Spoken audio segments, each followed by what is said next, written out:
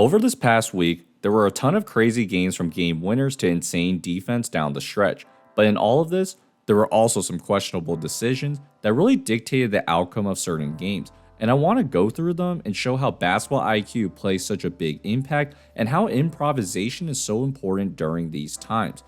On Monday night, the Cavs and Heat had played an overtime thriller. Donovan Mitchell just hit a crazy 3 in the corner to tie the game at 138.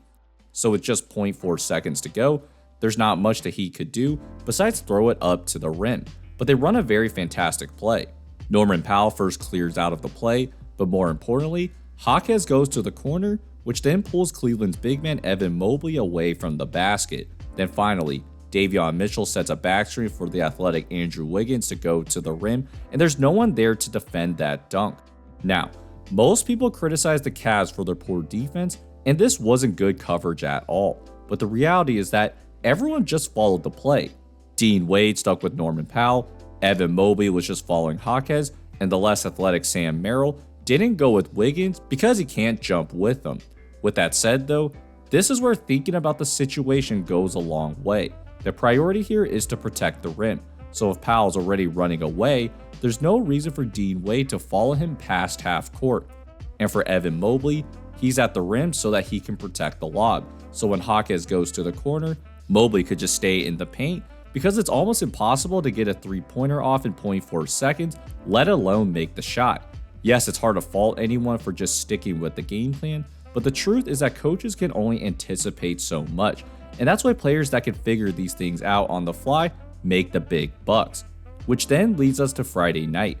The Warriors and Spurs were also playing a classic, and Steph Curry had just made both free throws to give Golden State a 1-point lead. So with the Spurs needing any bucket to win, here's how the Warriors stayed one step ahead of the Spurs. On the inbound, it's pretty clear what's going to happen. Vassell is going to clear to the corner so that Castle could set a screen for Wemby.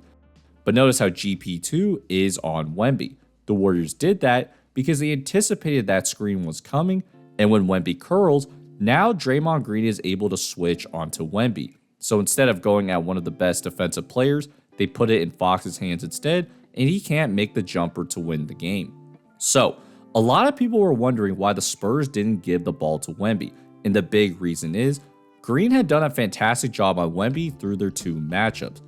But with Gary Payton on Wemby, this is where breaking the play might be more ideal.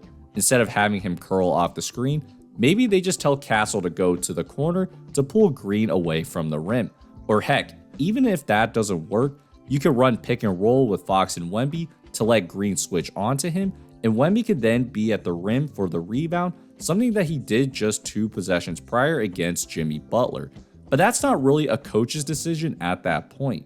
Instead, it's up to the players to communicate that in real time, and it's hard when there's only a few seconds to really organize that together.